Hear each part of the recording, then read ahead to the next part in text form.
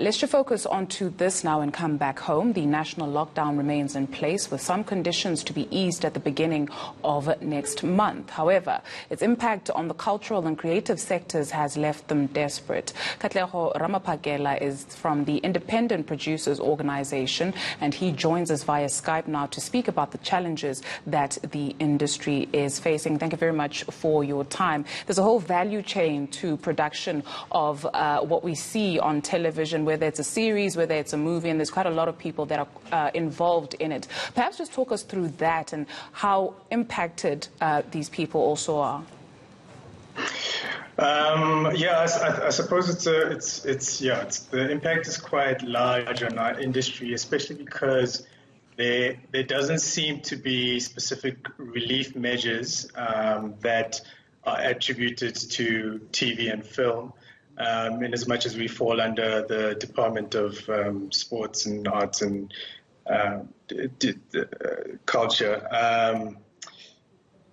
The funds that obviously were allocated to that department relied more on projects that were funded by the department, for example. And in terms of our entire value chain, we have the crew that make the TV shows, we have the actors everybody knows, we have the producers involved. So it filters down to the people at the bottom and obviously the content that can eventually be watched on screen and in theaters. And we all know that the theaters are probably going to be impacted the most as well into the future, even after lockdown. In terms of our industry, trying to figure out the true impact, which we know is quite great. Sure.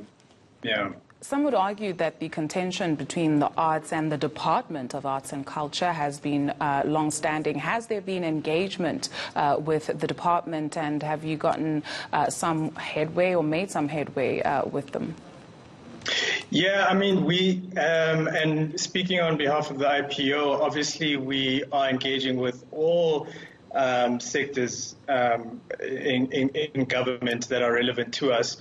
We are speaking to the Department of Arts and Culture. We are speaking to the Department of Communication, because we feel we fall in a tricky part of the sector where part of the TV industry falls under the umbrella of the DOC, and the arts is different, but it extends to more than just making television. As producers, as film and TV producers, we also make films.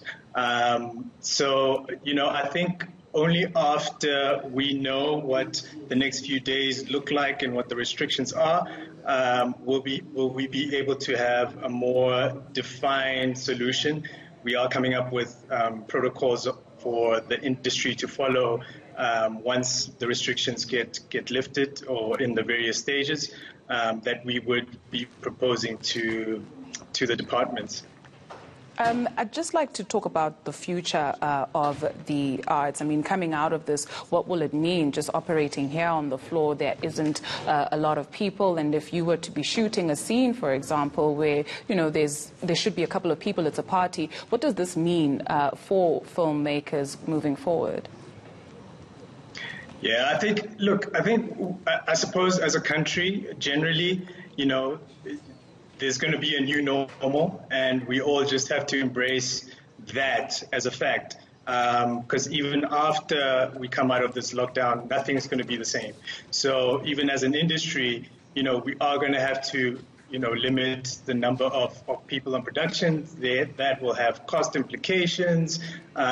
We wouldn't be able to have like large crowds and extras, rewriting scenes. So a lot of things are impacted, and I think we're still trying to figure out what that end is going to look like. And in terms of whatever guidelines come through from what lockdown post the time post lockdown looks like, only then will we know how it impacts the type of content that we'll be creating. Obviously, it puts restrictions on a lot of productions. If we're to limit the number of people and crew on set, it has a ripple effect in terms of how many minutes you can shoot a day, because now you have less hands that are able to meet the budgetary requirements that we had before. And we all know that, that we as South Africa, we're not working with the greatest budgets to begin with. So the strain is going to be felt a lot. The strain and impact is being felt right now with all the productions that are on hold and can't carry on. Some may not be able to carry on post the lockdown, depending how long it is for our sector. Sure. So I think, we all have to envision a new normal, so to speak. A new normal. Just very quickly for us, organizations such as the NFVF, the Gauteng Film Commission, the IDC, the KZN Film Commission, how can they offer some sort of relief at this time?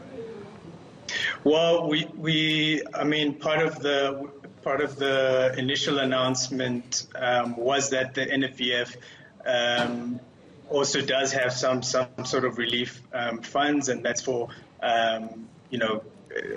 slates that were under their umbrella as the NFVF. IDC, it's I think, depending on what projects they've been funding, because obviously they're a development bank, and I would assume their relief measures would need to work in the same way that the banks have been given. But I think there's a bigger need in terms of the industry, especially if you haven't been funded by those departments. How those departments have specified their funds is that they'll give relief to whoever has received money under their department, and for whatever project is still open under their departments. I think this has to kind of be broadened to come to an understanding that the industry is bigger than that.